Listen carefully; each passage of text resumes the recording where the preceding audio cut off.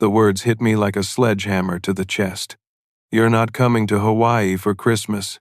My sister Sarah delivered this news with the casual cruelty of someone swatting a fly. Around our parents' dining table, the silence stretched like a taut wire ready to snap. Mom suddenly found her mashed potatoes fascinating, refusing to meet my eyes. Dad clutched his phone like a lifeline, pretending to scroll through emails that clearly weren't there. My brother Jake almost smiled, and in that expression, I saw years of waiting for this exact moment when it'd finally crumble. But something different happened instead. I felt something wrapped tight around my chest. Not defeat, but something else entirely. I sat there stunned, watching my family avoid my gaze like I'd suddenly become invisible. Sarah folded her napkin with deliberate precision, her wedding ring catching the overhead light. Her husband Mike shifted uncomfortably beside her, his thick shoulders hunched forward. "What do you mean, I'm not coming?" I managed to ask, my voice steadier than I felt. Sarah sighed dramatically, as if explaining something to a slow child. "The house only has 4 bedrooms, Lucas. Mike and I need our space. Mom and Dad obviously get the master suite. And Jake is bringing Christina. There's simply no room. The Hawaii property, our grandmother's legacy, the place where Wed spent every Christmas for the past 15 years, the house that held our best family memories, where Sarah and I had built sandcastles and searched for shells as kids. I could sleep on the couch," I offered, hating how desperate I sounded. "Absolutely not," Sarah snapped. "This is supposed to be a relaxing vacation, not a college dorm situation." Mom finally spoke up, her voice barely above a whisper. "Maybe you could join us for a few days after Christmas, honey. There might be availability then." After Christmas, like I was some distant relative begging for scraps. I looked around the table, really looked. Dad's knuckles were white around his phone. Jake was studying his beer bottle with intense concentration. And Sarah, she was watching me with something that almost looked like satisfaction. That's when the memories started flooding back. 3 years ago, when Sarah had called me crying, her voice breaking as she explained how she and Mike were behind on their mortgage. She had been sobbing so hard I could barely understand her words. "We're going to lose the house, Lucas. The bank is threatening foreclosure. I don't know what we're going to do." I'd driven over immediately, finding her curled up on their couch, tears streaming down her face. Mike had lost his job at the construction company, and they'd fallen 6 months behind on payments. The look of desperation in her eyes had torn my heart apart. "How much do you need?" I'd asked without hesitation. $1,500 a month, Shed whispered. "Just until Mike finds something steady. I promise, pay you back every penny." I'd set up the automatic transfer that same night. $1,500 every month, directly from my checking account to theirs, for 3 years. Never missed a payment. Never asked questions when months turned to years. Never complained when the job Mike supposedly found never seemed to materialize into independence. "We just need a little more time," Sarah would say during our monthly check-ins. "Mike's got some leads, but you know how construction is these days." I'd believed her completely. She was my sister. Family helped family. That's what we did. Sitting at that table, watching her calmly exclude me from Christmas while I'd been quietly saving her house for 36 months, I felt something shift inside my chest. Not sadness, not even anger yet. Just a cold, creeping realization that something was very, very wrong with this picture. "I should probably head home," I said, standing up slowly. "Already?" Mom asked, looking genuinely disappointed. "We haven't had dessert yet. I've got an early meeting tomorrow." I lied smoothly. Sarah didn't even look up from her phone as I gathered my jacket. "Drive safe," she said absently, already scrolling through something that apparently held more interest than her brother's departure. As I walked to my truck, I heard Jake's laughter echoing through the dining room window. The sound followed me all the way home, a bitter soundtrack to questions I was only just beginning to ask. I couldn't sleep that night.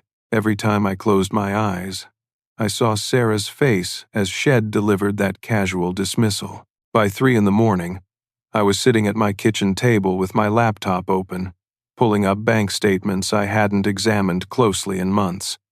$1,500 every month, like clockwork.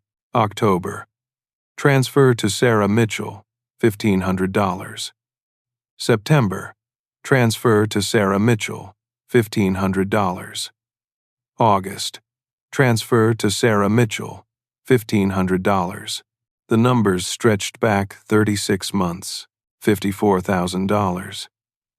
I'd sent my sister $54,000 to save her house, and Shed just told me there wasn't room for me at Christmas. My phone buzzed with a text message. Sarah's neighbor, Mrs. Patterson, who I'd helped move furniture last spring, saw Sarah and Mike loading up a beautiful new BMW today. Looked like they were heading somewhere fancy with all those expensive suitcases. Lucky them. Hope you're doing well, dear. New BMW. Expensive suitcases. I stared at the message until the words blurred. Then I drove to Sarah's house. The driveway was empty, just as I'd expected. Their old Honda was gone, but oil stains on the concrete marked where something larger had been parked. A BMW, apparently. I used the spare key Sarah had given me 2 years ago, the one Shed pressed into my palm during one of her crisis calls. For emergencies, Shed said. What if something happens and we need family to check on the house? This felt like an emergency. The house was dark, but even in the dim light filtering through the windows, I could see changes.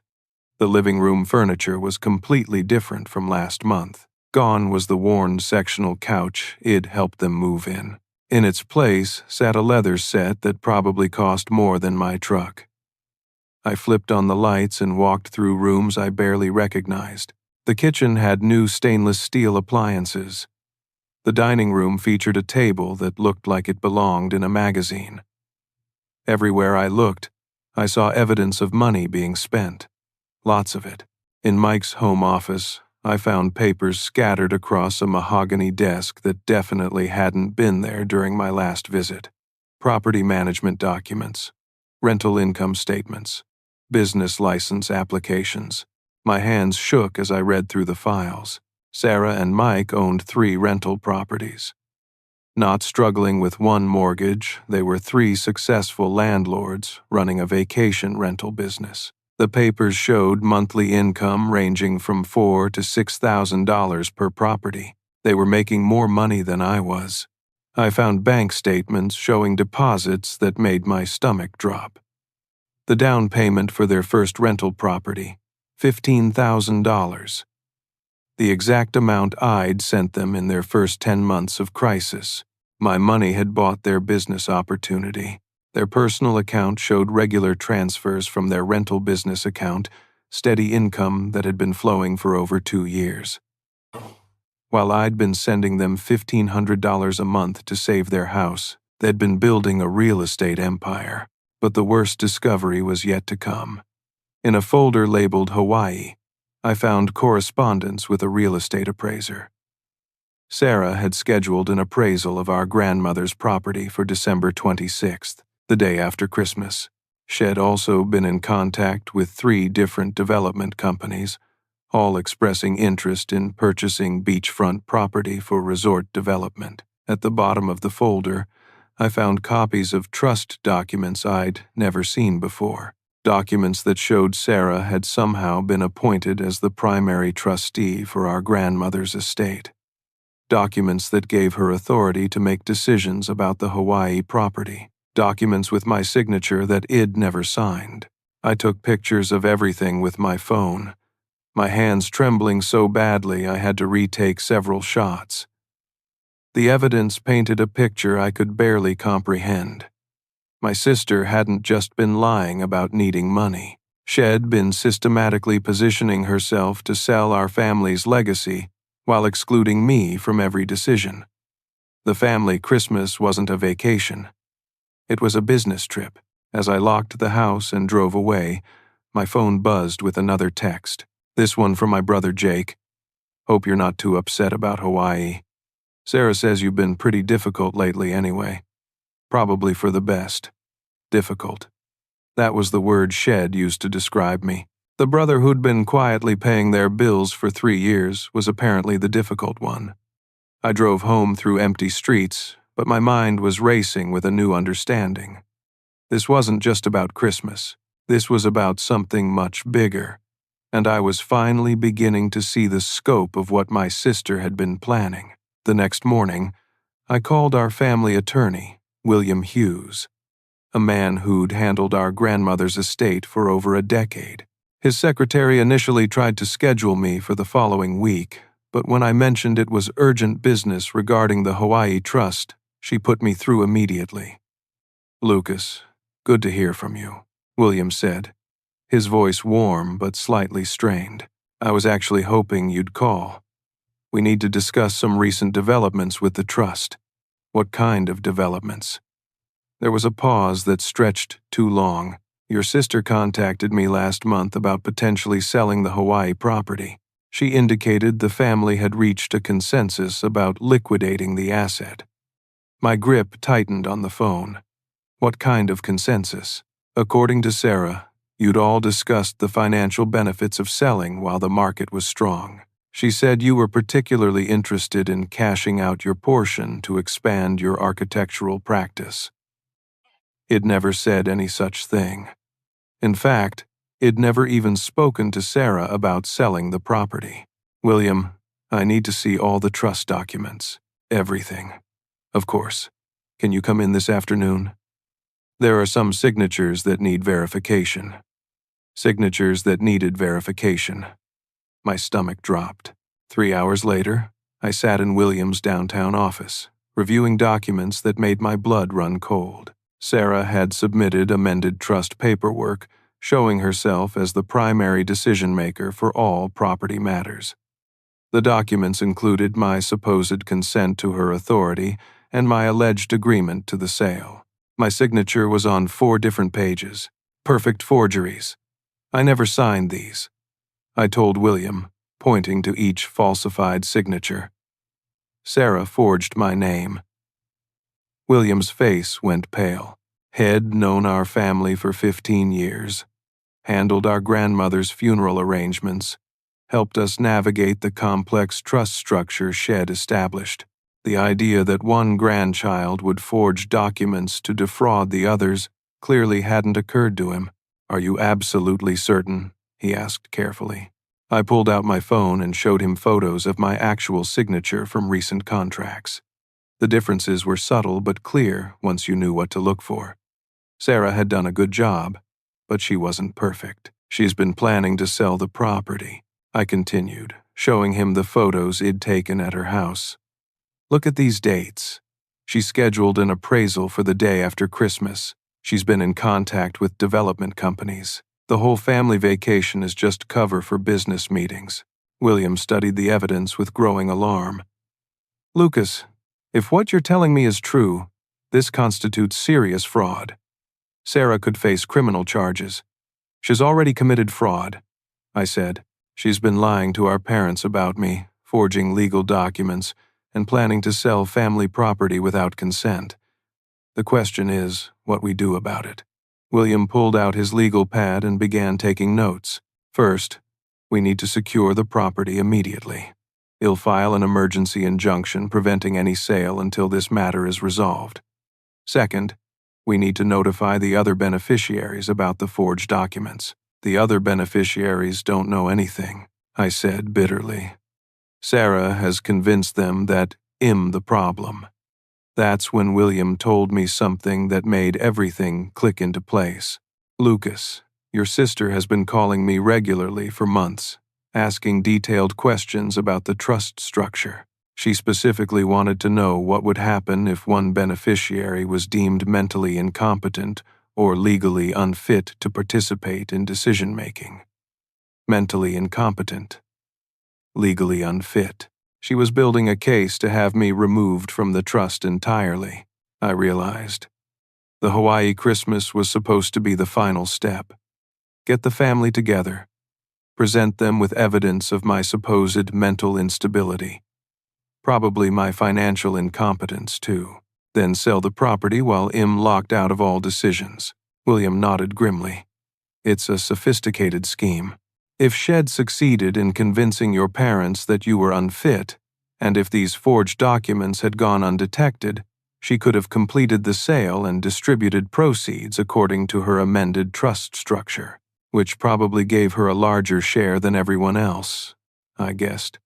William pulled out another document I hadn't seen yet.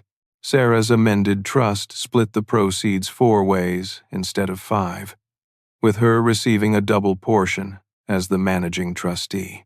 If Shed sold the property for the estimated $2.5 million, she would have received over $1 million, while everyone else got $300,000.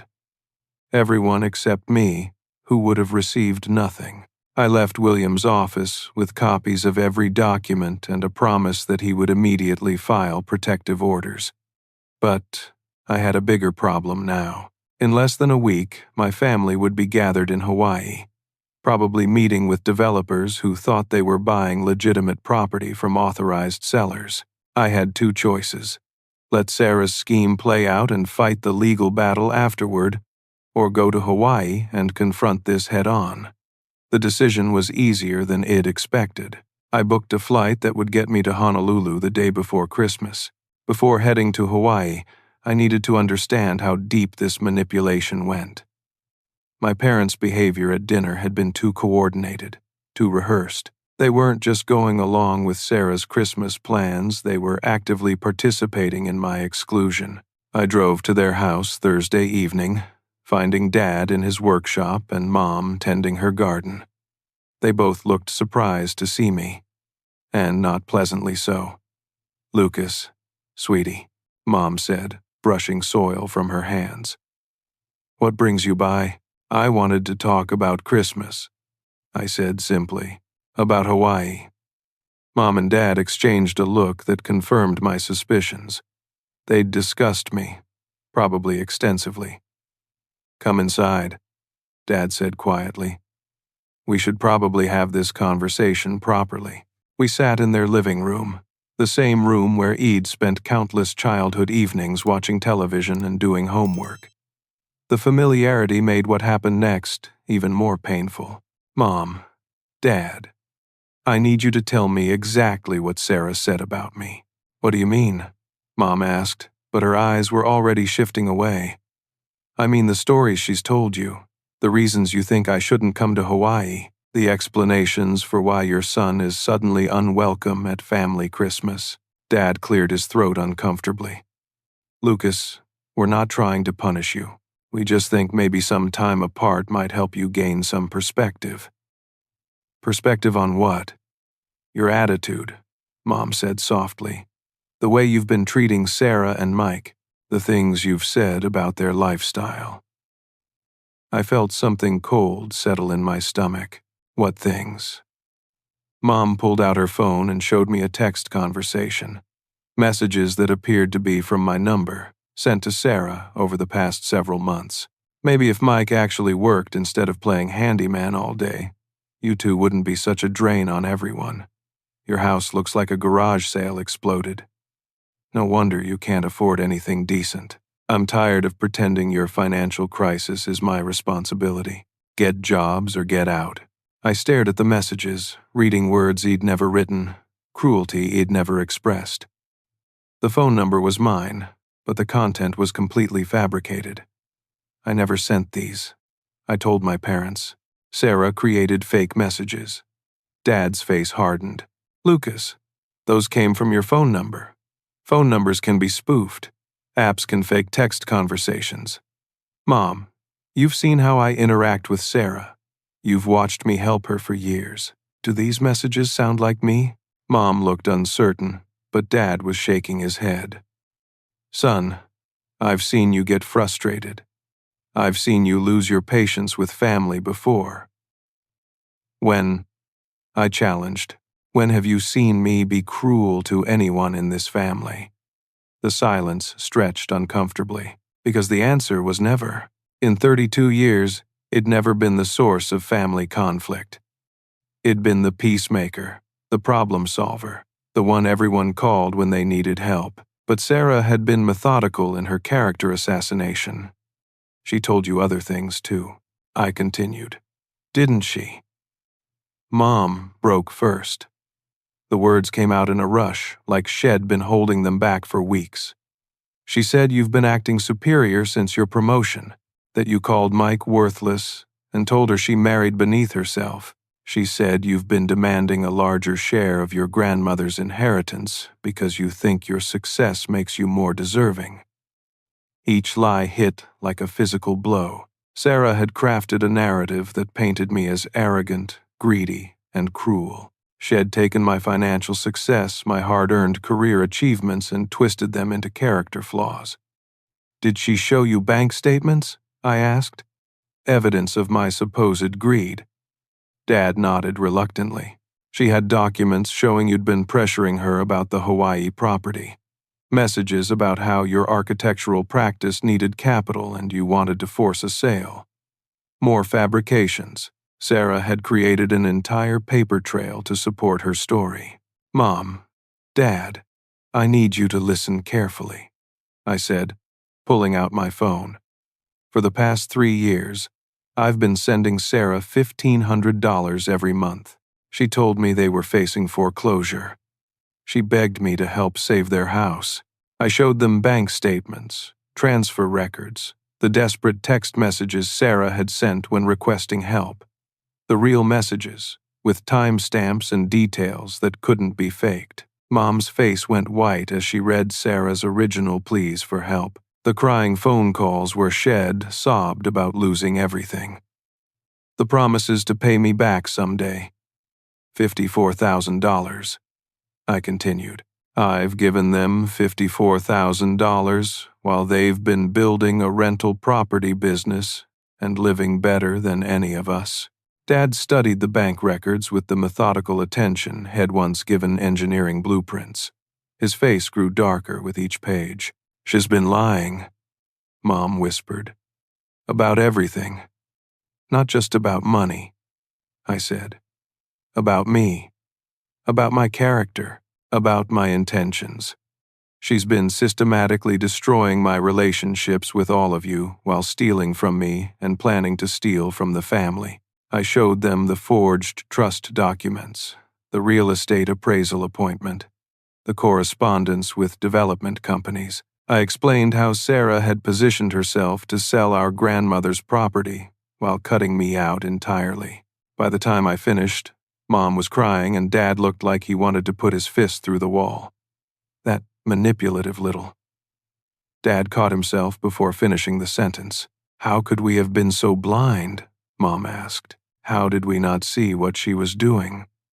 Because she's good at it, I said simply. She's been planning this for months, maybe years, creating evidence, building narratives, positioning everyone exactly where she needed them. Dad stood up and started pacing, his anger building with each step. The Christmas trip. She insisted on handling all the arrangements, said she wanted to surprise everyone. She needed you all there, I realized. Witnesses for whatever story she was planning to tell about my mental state or financial desperation, probably planning to record conversations where you agreed I was unfit to participate in family decisions. Mom reached for my hand, her fingers trembling. Lucas, we're so sorry. We believed her completely.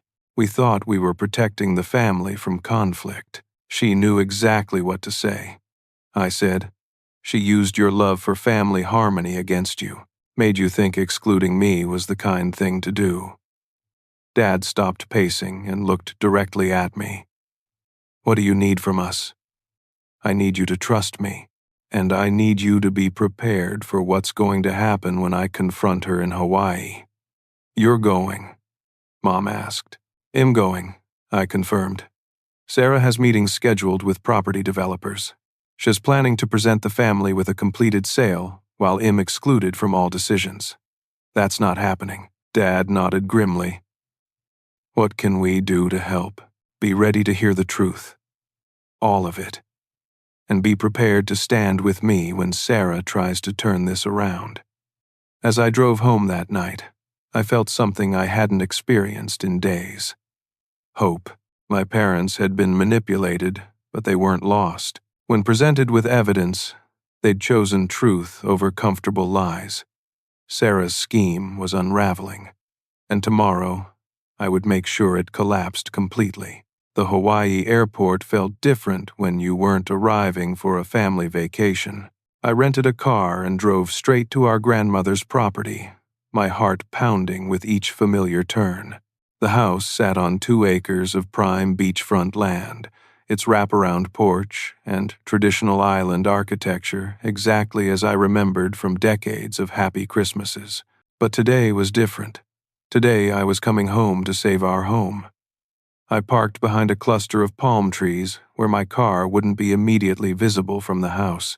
Through the kitchen windows, I could see figures moving around, preparing what looked like a catered lunch. This wasn't the casual family gathering Sarah had described to my parents. I walked around to the back deck and climbed the steps quietly. Through the sliding glass doors, I could see the scene unfolding in our grandmother's living room.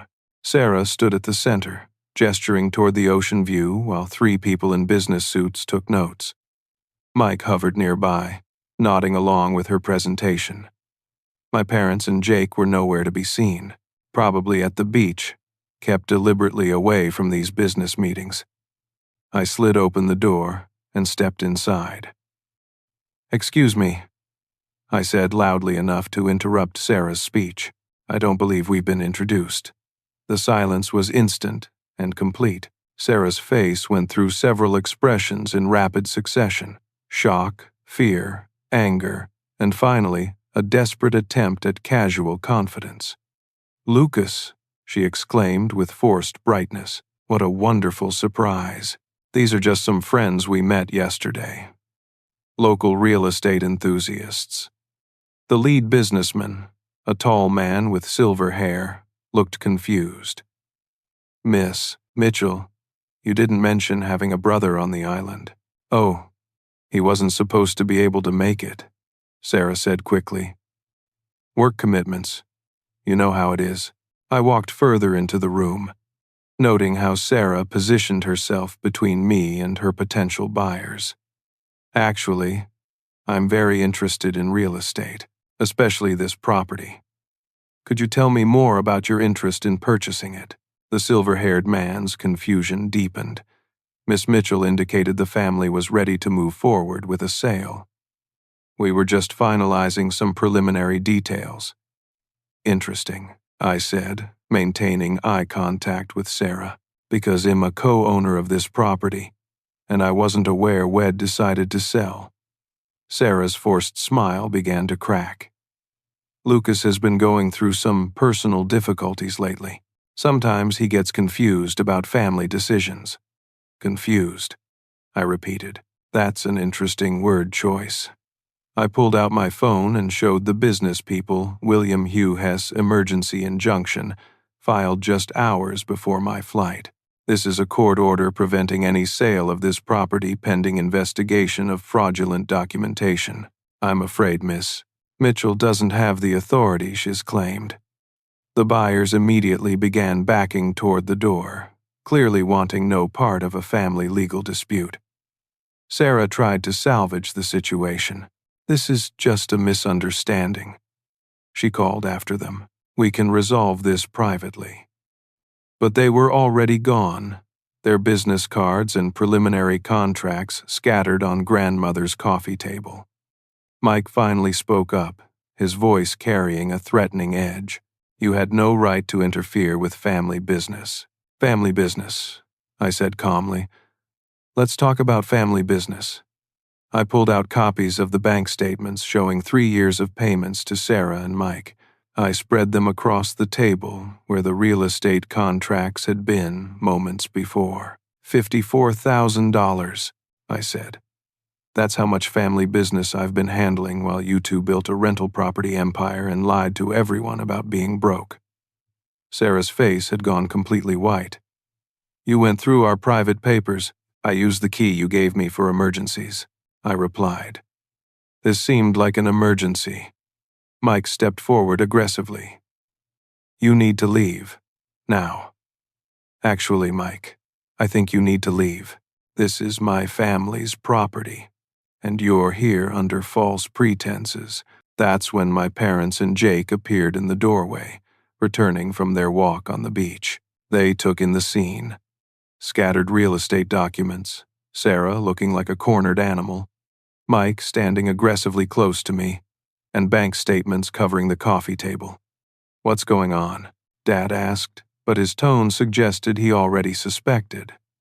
Sarah was just concluding some business meetings, I said. Weren't you, sister? Mom picked up one of the buyer's business cards from the floor.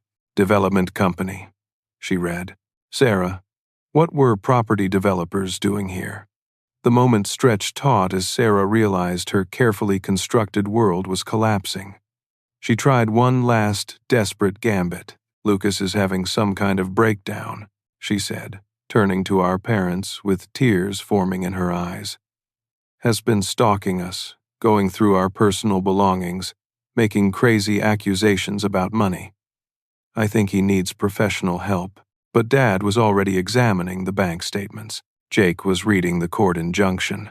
Mom was staring at the scattered real estate materials with growing understanding. Professional help, Dad said quietly. You mean the kind of help that comes from being mentally incompetent, legally unfit to participate in family decisions? Sarah's tears stopped instantly. She realized Dad knew about her inquiries with William Hughes. These bank records show Lucas sending you money every month for 3 years, Mom said, her voice growing stronger. Were you lying about facing foreclosure? And these documents, Jake added, holding up correspondence with development companies, show you've been planning to sell grandmother's house without telling any of us. Sarah looked around the room, seeing allies transformed into accusers. Mike grabbed her arm, pulling her toward the door. We don't have to listen to this, he said. These people are obviously jealous of our success. But Sarah shook him off. Something in her expression had changed, hardened into a kind of desperate fury. Fine, she snapped. You want the truth? I'll give you the truth. Lucas has been throwing money at us for years, acting like some generous benefactor while making us feel like charity cases. Then he wants to play victim when we actually succeed at something. Succeed at something, I repeated. You mean succeed at lying and fraud? I mean succeed at building a business instead of just cashing paychecks from some architecture firm. Sarah shot back. You think you're so superior with your college degree and your downtown office, but Mike and I actually create value. We built something from nothing. You built it with my money, I pointed out. Money you obtained by lying about being in financial crisis. Money you threw at us to feel important, she countered. Don't act like you were being selfless. You loved being the family hero, the successful one everyone else depended on. The accusation stung because it contained a grain of truth. I had felt good about helping family. I had taken pride in being reliable, dependable, the one who could solve problems, but that didn't justify what she'd done. Even if that's true, I said, it doesn't excuse forgery. It doesn't excuse planning to sell family property without consent.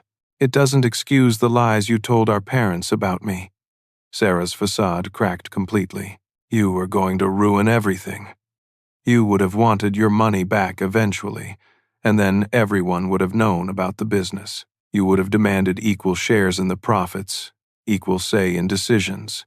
You always have to control everything. I never asked for a penny back, I said.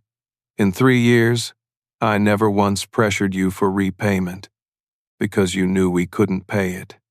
She screamed. You knew Wed built everything on that foundation, and you were just waiting for the right moment to pull it all down. The room fell silent. Sarah had just confessed to everything, taking my money under false pretenses, building a business with fraudulent capital, and planning to eliminate me from family decisions to protect her scheme. Dad walked over to the table and gathered up all the real estate documents. Sarah, you and Mike need to leave this house immediately. Dad, please. Sarah tried one more time. Lucas is trying to destroy our family. No, Mom said firmly. You already did that. Mike grabbed Sarah's arm again, this time successfully pulling her toward the door. Well, fight this, he said. You can't just kick us out.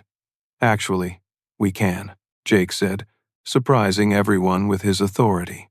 This property belongs to the family trust. Sarah just lost her trustee privileges by committing fraud. Security will escort you off the premises if necessary. As they reached the door, Sarah turned back one final time. Her face was streaked with tears, but her expression held pure hatred. This isn't over, Lucas. You think you've won something, but you've just destroyed your own family. No, Sarah, I said quietly. I just stopped you from destroying it first. The door slammed behind them, and suddenly, our grandmother's house was quiet again. Through the windows, I watched them load their rental car and drive away, leaving behind scattered business cards and the wreckage of schemes that had taken years to construct. But this wasn't finished yet. Sarah was right about one thing. This wasn't over. 20 minutes after Sarah and Mike left, my phone started ringing. First Sarah, then Mike, then numbers I didn't recognize. I let them all go to voicemail while my family and I sat in grandmother's living room, processing what had just happened. Dad broke the silence first. We need to call the police. Already done, I said, showing him my phone. I contacted the Honolulu Police Department before confronting Sarah. Detective Rivera is expecting my call. Mom was holding the forged trust documents, studying my falsified signature with the scrutiny of someone who'd seen my handwriting for 32 years. This is so elaborate, she murmured. How long has she been planning this? Probably since grandmother died, Jake said. He was reading through Sarah's correspondence with development companies, his expression growing darker with each page. Look at these dates. She's been researching property values and development potential for over 2 years. I called Detective Rivera and explained the situation. She agreed to meet us at the house within the hour, bringing a financial crimes specialist with her. While we waited, I decided to listen to Sarah's voicemails. The first one was desperate. Lucas, please call me back. We can work this out. I know you're upset, but family should handle these things privately. The second was angry. You're making a huge mistake. Do you have any idea what kind of legal fees this is going to cost everyone? You're going to bankrupt the family over a misunderstanding. The third was manipulative. I talked to Mom and Dad. They're devastated that you're turning Christmas into a legal battle. Is this really what grandmother would have wanted? But it was the fourth message that revealed just how far Sarah was willing to go. Lucas, I know you think you have evidence, but there are things you don't understand. Mike recorded conversations where you admitted to wanting a bigger share of the inheritance. We have witnesses who can testify about your mental state. You should think carefully about how far you want to push this. Recorded conversations that didn't exist. Witnesses who would lie. Sarah was threatening to fabricate additional evidence. When Detective Rivera arrived with her partner, Detective Chen, they were thorough and professional. I provided copies of all the financial records, the forged trust documents, and evidence of Sarah's business dealings. They took detailed statements from each family member and photographed the real estate materials Sarah had left behind.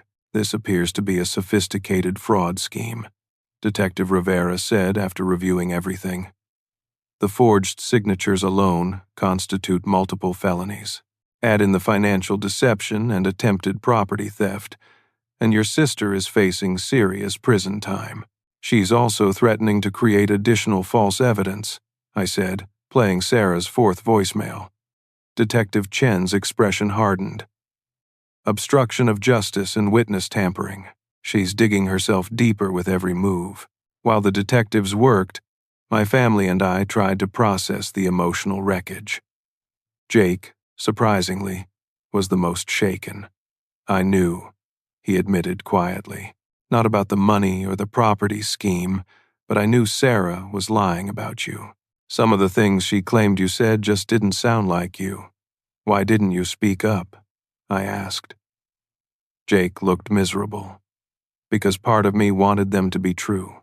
I was jealous of your success, your stable career, the way Mom and Dad always talked about your achievements.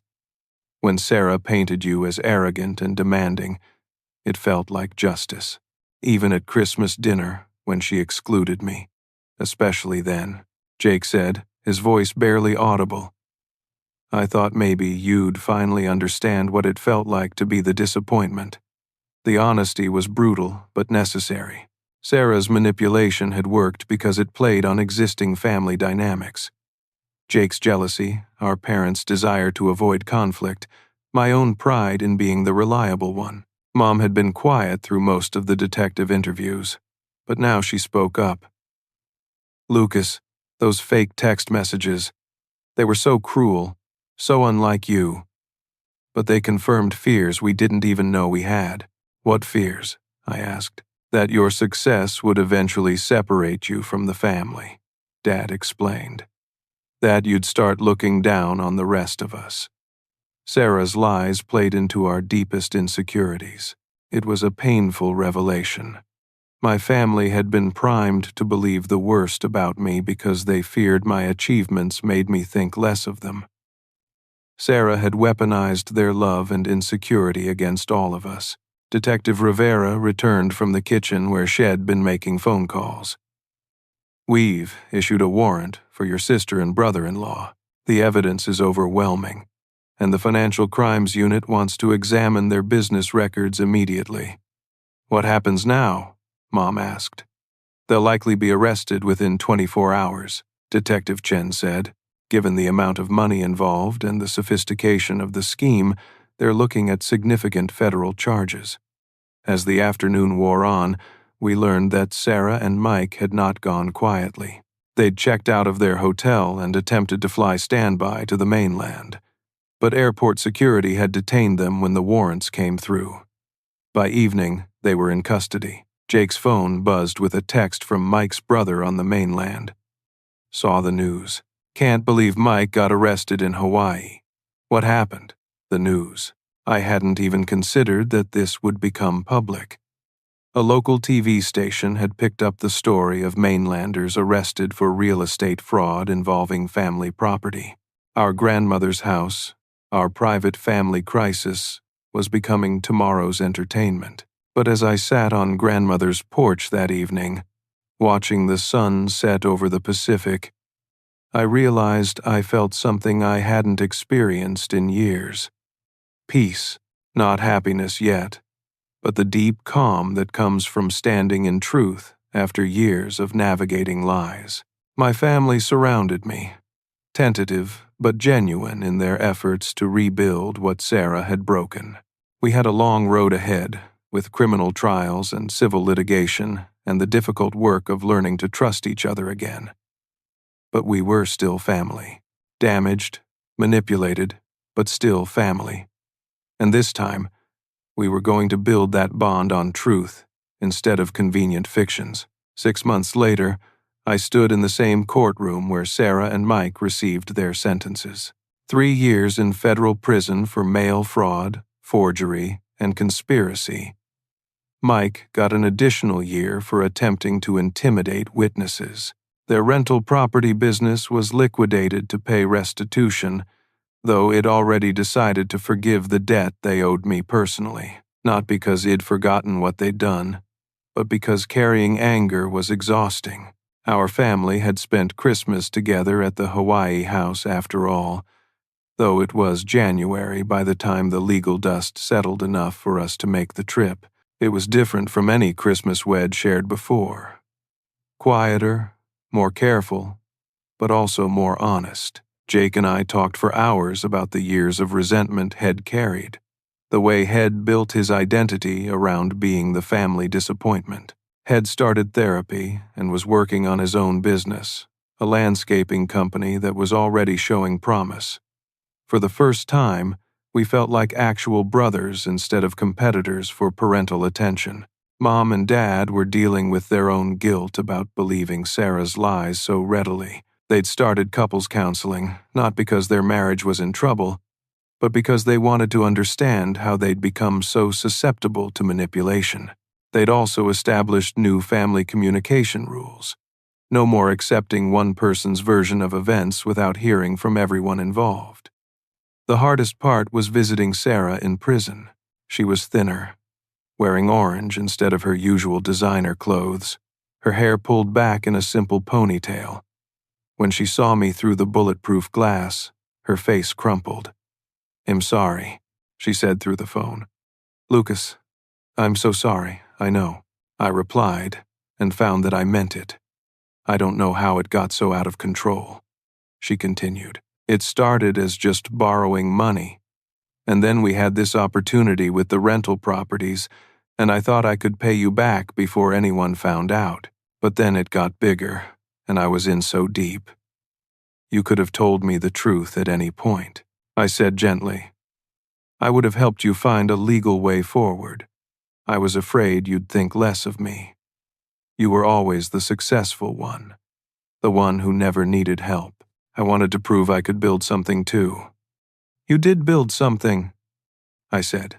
"You just built it on lies instead of asking for help," Sarah cried then, real tears that seemed to come from years of buried shame. "I've destroyed our family." "No," I said firmly. "You damaged it. But family isn't that fragile. We're working on healing." She looked up hopefully. "Do you think, someday, could we be a family again? We're still family now," I told her. "But it's going to be different. There have to be boundaries. There has to be accountability. And there has to be truth, even when it's uncomfortable." Sarah nodded, understanding that forgiveness didn't mean forgetting, and love didn't mean enabling. When I left the prison that day, I felt lighter than I had in years. Today, as I write this story, Sarah has 8 months left on her sentence. She's been participating in financial accountability programs and has written letters of apology to everyone she hurt. Mike is struggling more with accepting responsibility, but he's getting there. The Hawaii house remains in our family trust, with new legal protections that prevent any single person from making unilateral decisions. We've started taking turns hosting family gatherings there, sharing the responsibility and the joy. I've learned to set better boundaries in all my relationships. I still help family members when they need it, but now I ask questions, require transparency, and don't confuse enabling with love. The $1,500 I used to send Sarah automatically now goes into a family emergency fund that requires unanimous approval for use. Most importantly, I've learned that protecting family sometimes means refusing to participate in their dysfunction. The lesson I carry from this experience isn't about money or property or legal documents. It's about truth. Truth in communication. Truth in relationships. Truth about our own motivations and fears. Sarah's scheme worked because every family member was keeping secrets from the others. Jake hid his resentment. My parents avoided difficult conversations. I hid my pride in being needed. Sarah hid her shame about needing help. When we stopped keeping secrets and started having honest conversations, her manipulation lost its power. Family love isn't about never hurting each other. It's about choosing truth over comfort, accountability over enabling, and growth over stagnation. Sometimes the most loving thing you can do for someone is refuse to participate in their lies, even when those lies would be easier for everyone to believe. Trust isn't automatic, even in family. But when people face real consequences for their actions, and show genuine change, forgiveness becomes possible. Sometimes the greatest gift we can give our family is refusing to enable their worst impulses. This Christmas, we're planning to gather at the Hawaii house again. All of us, including Sarah, who will be home on supervised release. It won't be the naive happiness of childhood Christmases, but it will be something more valuable. A family that chooses love based on truth instead of convenient fictions. That's worth more than any amount of money or property. It's worth the difficult work of rebuilding trust. It's worth standing up to manipulation. And it's worth the courage to tell the truth, even when it hurts. Before I finish this story, I want to ask you something. Have you ever found yourself in a situation where a family member was manipulating the truth to get what they wanted? How did you handle it? Did you confront them? Or did you stay quiet to keep the peace?